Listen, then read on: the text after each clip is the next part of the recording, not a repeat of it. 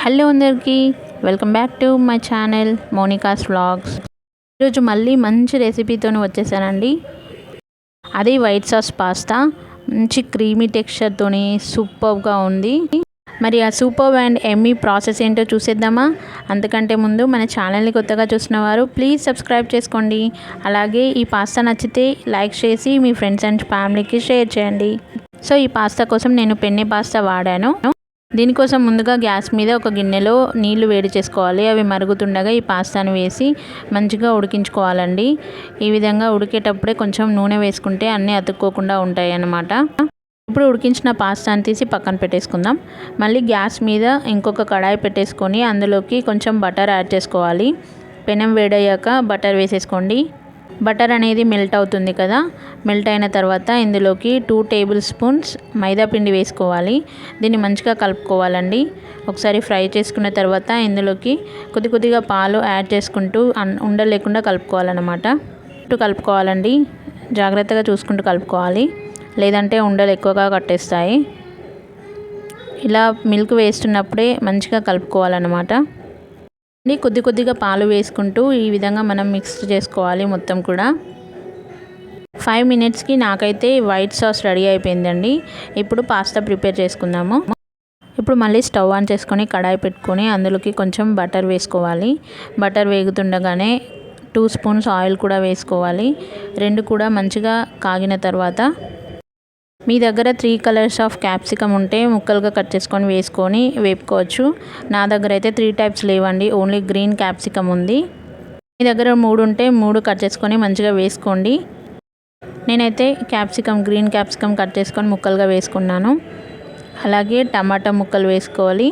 చిన్న సైజ్ ఆనియన్ని చిన్న ముక్కలుగా కట్ చేసుకొని వేసుకోవాలి. వీటన్నిటిని బాగా ఫ్రై చేసుకోవాలండి.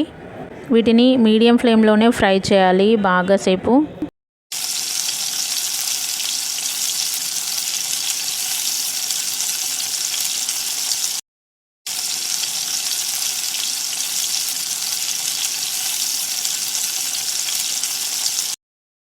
ఈ వెజ్జెస్ ఒక 5 మినిట్స్ వేయించుకున్న తర్వాత ఇందులోకి కొంచెం బ్లాక్ పెప్పర్ పొడి వేసుకోవాలి.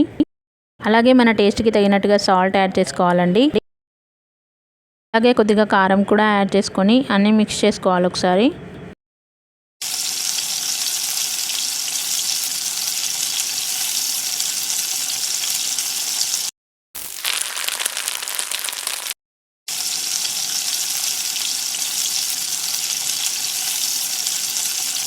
ఇలా అన్నీ చక్కగా కలిసిపోయిన తర్వాత ఇందులోకి కొంచెం చిల్లీ ఫ్లేక్స్ యాడ్ చేసుకోవాలి.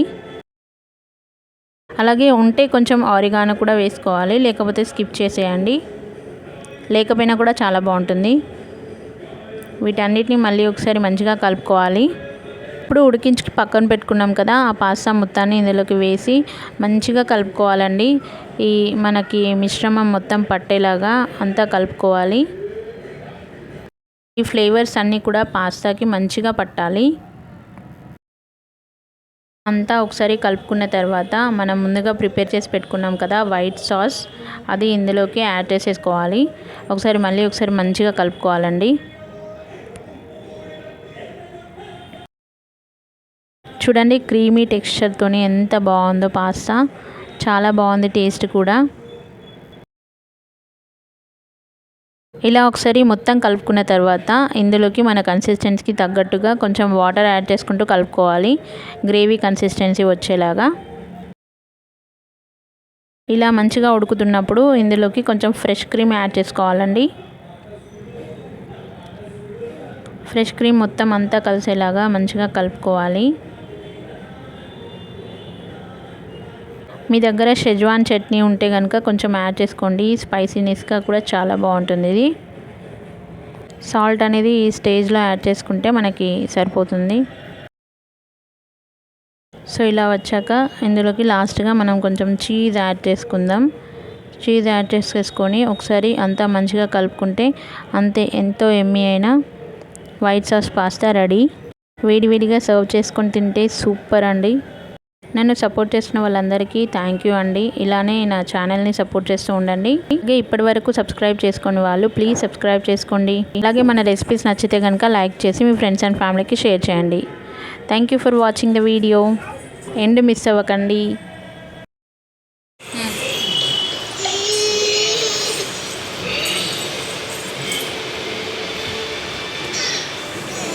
బాగుందా?